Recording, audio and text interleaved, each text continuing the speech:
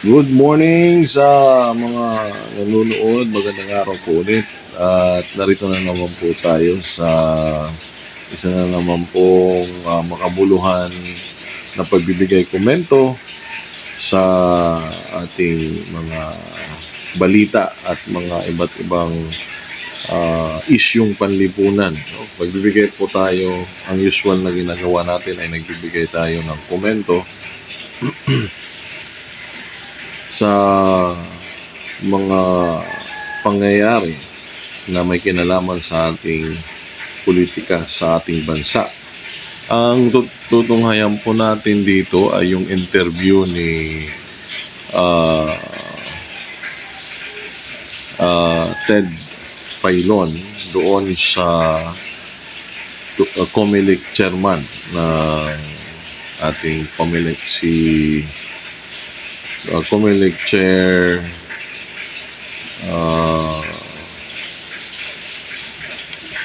kalimutan ko ang kasi dati itong si attorney, I forgot the name, dati kasi itong dati itong may programa din sa telebisyon, si Attorney Greg, tama ba ako? No? Kasi ang pinag-uusapan nila dito ay ang pagbibigay ng exemption ng COMELEC during election 45 days before the election ay binigyan nila ng exemption yung pamimigay ng ayuda ng DSWD. So, kasi pwede siguro itong gawing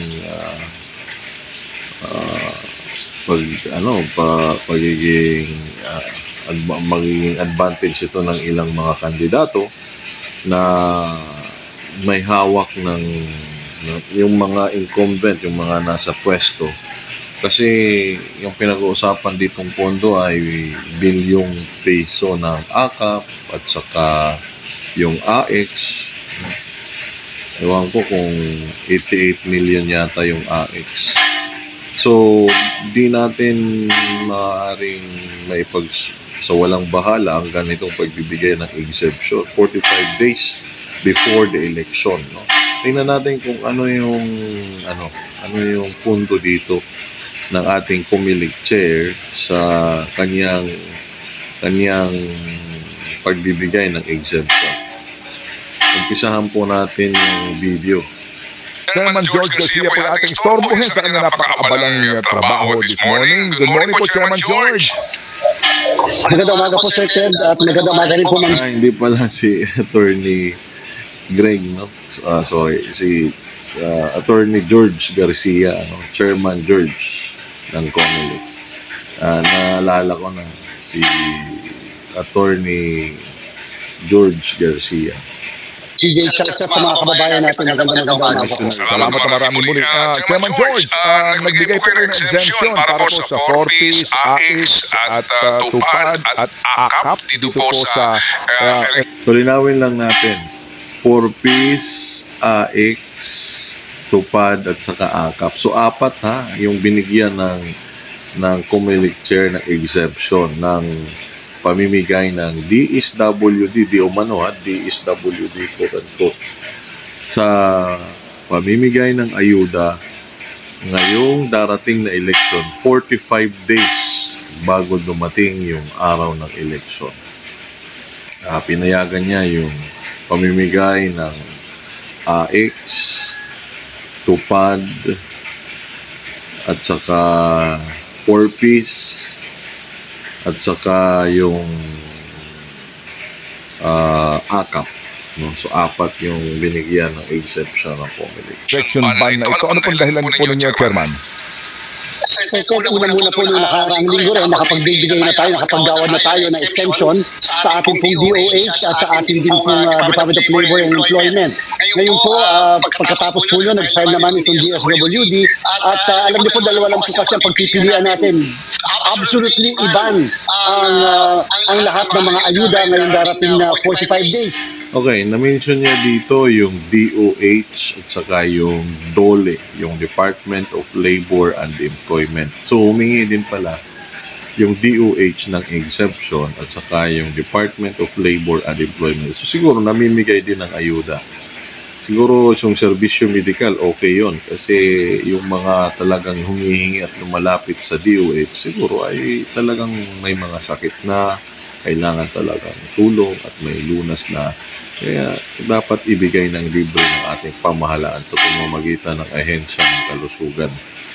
At lalong-lalo na din yung Department of Labor and Employment, yung mga distress na kababayan natin na nangangailangan ng tulong para magkaroon ng hanap buhay at makatulong sa pasanin ng ating ekonomiya.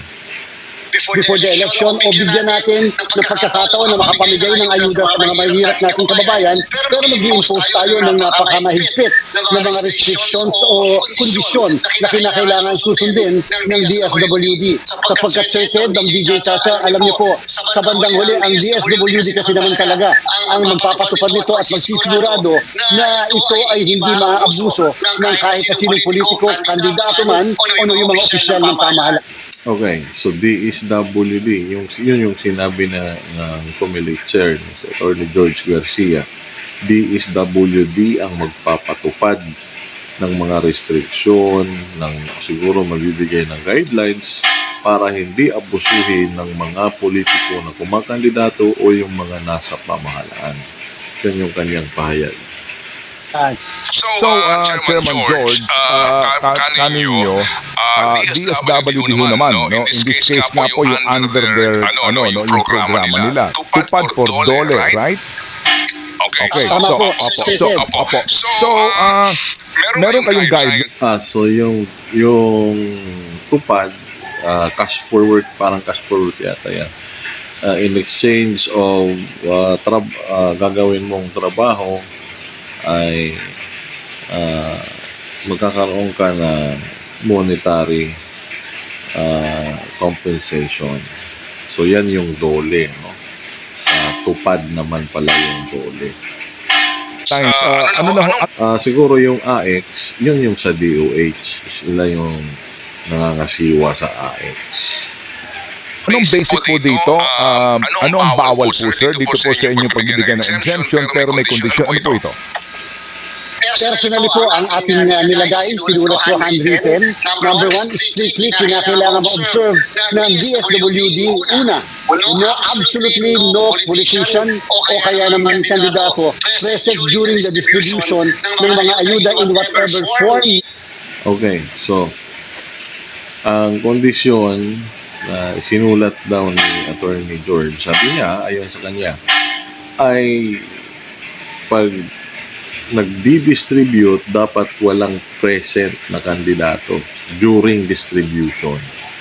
Ewan ko, baka yung mga kung food packs man yan, baka may mga pangalan ng kandidato doon sa lalagyan ng groceries o kung mamimigay ng mga goods, diba?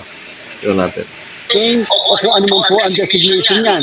Number two, sabi po kasi ng kalihim ng ating sekretary ng DSWD na meron silang ginagawa na guidelines na striktong ipapatupad ang pag-distribute ng mga ayuda na to.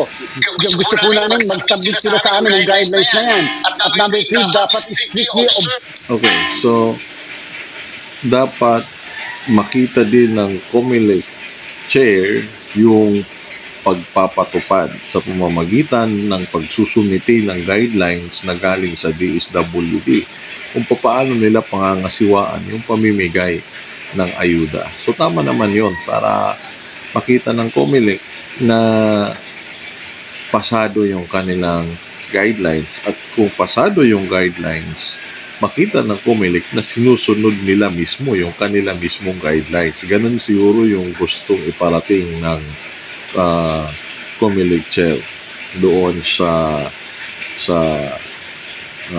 pagbibigay nila ng exemption dito sa DSWD. Sir, ang implementasyon ng guidelines na yan, hindi lamang ng DSWD ng personnel officials ito, kung hindi mga partners din niya.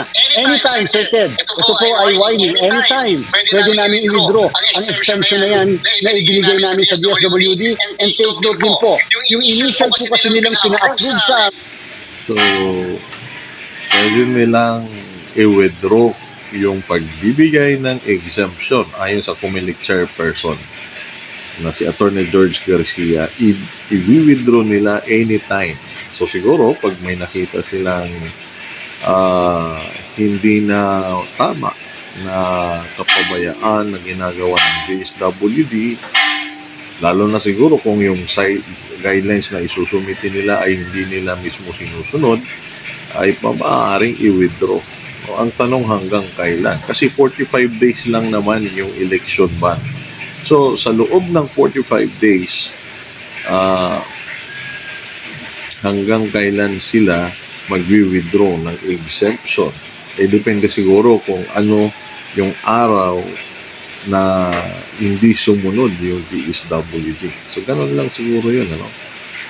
O yung hininga ng exemption ay parang napakaliit na amount lang. When it comes to AKAP, parang 844 million. Doon sa 844 billion yung AKAP or million? Hindi natin na sa AX more or less, yan po ay 6 billion. Pero yung AKAP, AX ay 6 billion. na laging pinag-iinitan at laging contentious, yan po medyo 844 billion lamang. Ibig sabihin na 844 billion yung AKAP. Well, hindi natin alam kung sa bagay, yung ano kasi, yung halimbawa lang, ipapamahagi ito sa buong bansa, madaming mga Pilipino din yung umaasa na mabibigyan ng ayuda ngayong eleksyon o kapanahunan ng kampanya sa eleksyon. Kaya siguro sinisiguro ng COMELEC na hindi ito dapat ay direct na ipamigay ng mga kandidato kasi nga advantage nila yon. Siguro ang DSWD may hirapan sa anong uri ng guidelines yung kanilang gagawin at ipapasa at isusumiti dito sa COMELEC na maging kapanipaniwala na pero sa bagay hindi natin alam pwedeng mabigyan din ito ng exemption talaga kasi nga midterm election ngayon, so may influence pa rin kahit pa paano yung administrasyon. Hindi natin sinasabi na kinokontrol yung COMELEC, pero ang influence, yung kasi yung konting insight tayo sa politika. Ang kasi, ang meaning ng kapangyarihan na power tends to corrupt. Yun yung ng kapangyarihan. Mayroon siyang tendency na tumungo doon sa korupsyon. Tao lang naman ang mga politicians natin. So, pwede silang magkamali. At saka, absolute power corrupts absolutely. No? Kaya, ang design nga ng ating government ay hinati sa tatlong sangay, patterned after the American Constitution. Yung branches, sangay. You have, meron tayong legislative branch, mga tagagawa ng batas, executive branch, tagapatupad ng batas, at saka ang judiciary branch, yung nag-i-interpret naman ng batas. So, tingnan natin yung video. Sure tayo na meron pang susunod na request for exemption. Kaya ang sa amin, kinakailangan ayusin nila yung distribution dito sa 844 bago kami makapagbigay muli ng dagdag na exemption dun sa iba pang isusunod nilang request. So, expected na rin pala ng COMELEC na hindi lang yung 88 billion saka 6 billion dadagdagan pa. No? Yun yung expected nila na pwedeng mangyari. Gusto nila na ayusin muna yung pamimigay dito sa 88 billion bago isunod yung iba pa na mga hihinging exception sa mga susunod na mga araw. Well, siguro tatapusin muna natin yung video, no? Mga kababayan, medyo humaba na rin kasi ang dami natin side comments. Tingnan lang, pasadahan na lang natin ng konti yung video. Okay, so ang sinasabi po dito, ang violation lang dito po sa sinasabi pong exemption na ito ay kapag meron ng pagginamit sa politika. Ano po, pag ginamit ka, may papel dito na anumang mga markings o presensya noong kandidato. Tama po, Chairman? Tama po, Sir Ted, sapagkat sa bandang huli po, ang pulisiya at paano ito i-distribute ay nasa DSWD. Okay, sige. So, ano po ang penalty dito? Tsaka ano muna yung kandidato? Penalty po sa DSWD kung sila ay pumayag na mangyari po yung pinagbabawal na iyon. Yung isang araw lang sa pagkikipagtalakayan natin sa mismong opisyal ng DSWD magmula sa kalihim at mga subordinates niya, maliwanag in-emphasize natin. Election offense po kasi yan, Sir Ted. 1 hanggang 6 na taon na pagkakakulong, hindi pa kasama doon yung administrative liability ng mga opisyal ng pamahalaan na nagkakamali at hindi susunod sa patakaran na nilagay po natin doon sa ginawad natin na exemption. Administrative liability noong tauhan ng DSWD o sino mang taong gobyerno na nagpahintulot nito? Tama po, Sir Ted. At yung po yung sinasabi natin, naniniwala naman po tayo ng mga Okay, maganda yung tinanong ni Captain Pylon kasi ano daw ba yung sanction, no? Parusa doon sa lalabag. So, administratibo, ano? Kaso administratibo siguro yung gustong sabihin dito ni Chairman George Garcia, Attorney George Garcia, Pumilik Commissioner George Garcia. So, haba na yung video. Tapusin pa natin ng konti yung kanyang sagot. Kaya na lahat, yung ating mga social worker, yan po ay may mga lisensya at hindi nila papayagan na magkamali at mabdungisan itong mismo magandang proyekto po na ito. Pero at the same time, siyempre in-emphasize din po natin sa mga opisyalis mismo ng departamento na dapat naman protektahan nila yung mismong programa na ito na again, ito po ay 45 days lang naman yung prohibition at kayo exemption na ginawad natin at sana po yung sa 45 days na yan, maipakita nila na magiging maayos naman. Okay, so yung pangunahing mga empleyado daw ay mga license naman.